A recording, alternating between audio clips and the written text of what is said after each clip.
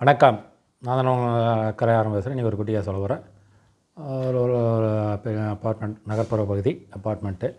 அதில் அந்த அப்பார்ட்மெண்ட்டில் ரொம்ப வசதியானவர்கள்லாம் வாழுறோம். அதில் வந்து கொஞ்சம் ஒரு ஆசிரியர், ஒரு மனைவியும் ஆசிரியையாக இருந்து ரிட்டையர் ஆனவங்க கொஞ்சம் கொஞ்சமாக சேர்த்த பணத்தை வச்சு அதில் ஒரு அப்பார்ட்மெண்ட்டை வாங்கி போய் அதில் குடியேறிட்டாங்க.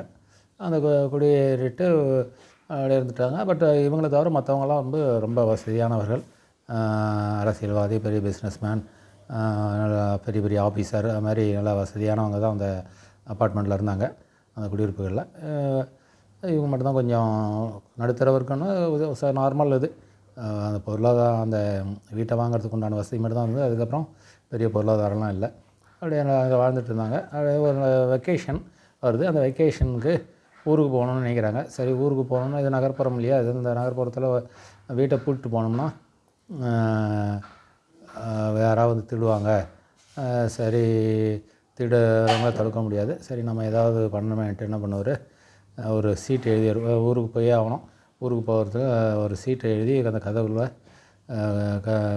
வீட்டு ஹாலில் ஒரு மேஜை மேலே வைப்பார். அதில் இந்த மாதிரி நான் வந்து சாதாரண ஆசிரியர் தான், நீங்கள் திருடர், எங்கள் வீட்டுக்கு திருடுறதுக்கு வந்துட்டீங்க, உங்களோட முயற்சிக்கு வெற்றி வாழ்த்துக்கள். இருந்தாலும் எங்கள் வீட்டில் கதவெல்லாம் உடைக்கிறதால எந்த பயனும் கிடையாது. உள்ளெல்லாம் மற்ற பீரோவெல்லாம் உடைக்கிறதால எந்த பயனும் கிடையாது. அங்கே ஒன்றுமே இல்லை. இருந்தாலும் உங்கள் முயற்சிக்கு பாராட்டி ஒரு 1000 ரூபாய சன்மானமாக வைக்கிறேன், நீங்கள் எடுத்துக்கிட்டு இதுக்கு மேலே சேதம் பண்ணாமல் போயிடுங்க அப்படின்ட்டு அதில் வச்சுருப்பார்.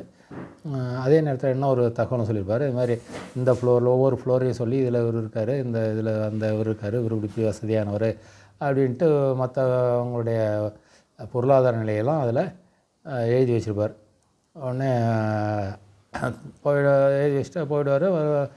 திரும்ப ஒரு 10 நாள் கழித்து வருவார் வீட்டுக்கு. வீட்டுக்கு வந்ததும் பார்த்தா அங்கே அந்த வீட்டில் கதவை உடச்சி தான் இருக்குது. அந்த வீட்டில் 10 லட்ச ரூபா பணம் இருக்குது. அந்த 10 பணத்துக்கு பக்கத்தில் ஒரு சீட்டு இருக்குது. அந்த சீட்டில் இந்த மாதிரி எழுதிருந்தது, நீங்கள் கொடுத்த தகவலுக்கு ரொம்ப நன்றி, நீங்கள் கொடுத்த தகவலை வச்சு நான் சில கோடிகள் பணத்தை ஈட்டிட்டேன். நீங்கள் சொன்ன தகவல் வந்து ரொம்ப சிறப்பாக இருந்தது. இருந்தாலும் கோடிகளில் நான் சம்பாதிச்சாலும் உங்களுக்கு ஒரு சிறிய காணிக்கையாக கொடுக்கணும்னு நினச்சி இந்த பணத்தை வச்சுருக்கேன்ட்டு 10 லட்ச ரூபா வச்சுட்டு போகிறேன்.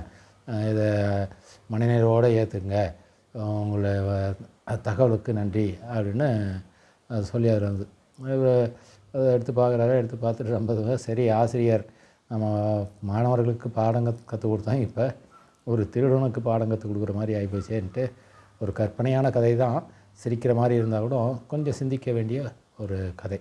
நன்றி, வணக்கம்.